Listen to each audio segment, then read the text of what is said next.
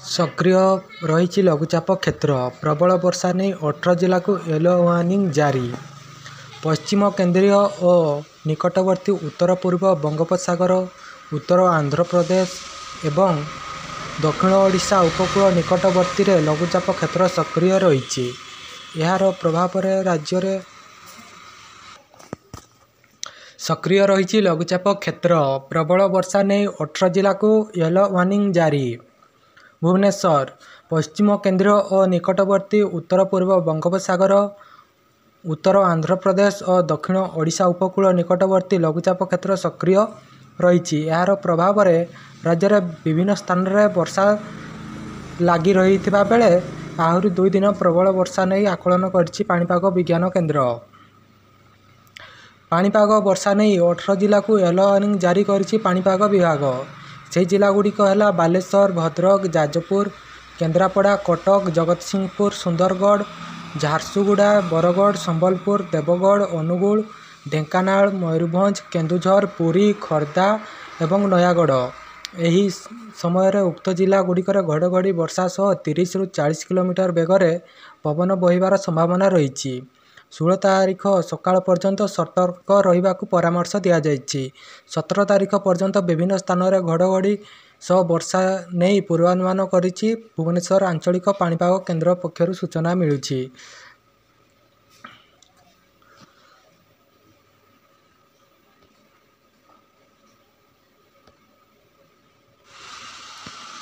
आहरी 2 दिन प्रबल वर्षा आज 18 जिला को येलो वार्निंग जारी करिछि पाणीपाग विज्ञान केन्द्र। पश्चिम केन्द्र एवं निकटवर्ती उत्तर पूर्व बंगोपसागर उत्तर आंध्र प्रदेश और दक्षिण ओडिशा उपकूल निकटवर्ती लघुचाप क्षेत्र सक्रिय रही। यार प्रभाव राज्यर विभिन्न स्थान में वर्षा जारी रही बेले आहरी 2 दिन प्रबल वर्षा बोली आकलन करिछि पाणीपाग विभाग केन्द्र। बालेश्वर, भद्रक, जाजपुर, केन्द्रापड़ा, कटक, जगतसिंहपुर, सुंदरगढ़, झारसुगुड़ा, बरगढ़, संबलपुर, देवगढ़, अनुगुल, ढेंकानाल, मयूरभंज, केन्दुझर, पुरी, खर्दा एवं नयागढ़ जिला को घड़घड़ी सह वर्षा सह 30 ରୁ 40 किलोमीटर बेगर पवन हेबार संभावना रही। आसंता काली सकाळ पर्यंत सतर्क रहिबाकु परामर्श। 17 तारीख पर्यंत विभिन्न स्थान में घड़घड़ी सह वर्षा नहीं पूर्वानुमान करिछि भुवनेश्वर आंचलिक पाणीपाग विज्ञान केन्द्र। माड़ी आसुछि भयंकर बात्या, सतर्क रहिबाकु पाणीपाग विभागर चेतावनी। ला निना प्रभाव में पुणी ओडिशा को बात्या भय। अक्टोबर आसिले ओडिशा को पड़े बात्या चिंता। आउ एही भय भितर विश्व पाणीपाग संस्था पक्षरु प्रकाश पाइथिबा सद्यतम रिपोर्ट को नहीं चर्चा बढ़ी, जो थे आसंता अक्टोबर ରୁ डिसेम्बर मध्य देश में ला निना सक्रिय होगा नहीं सूचना देछि विश्व पाणीपाग संस्था।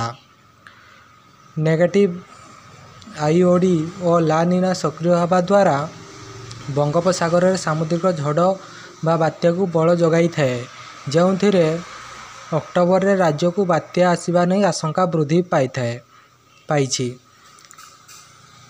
17 तारीख पर्यंत वर्षा।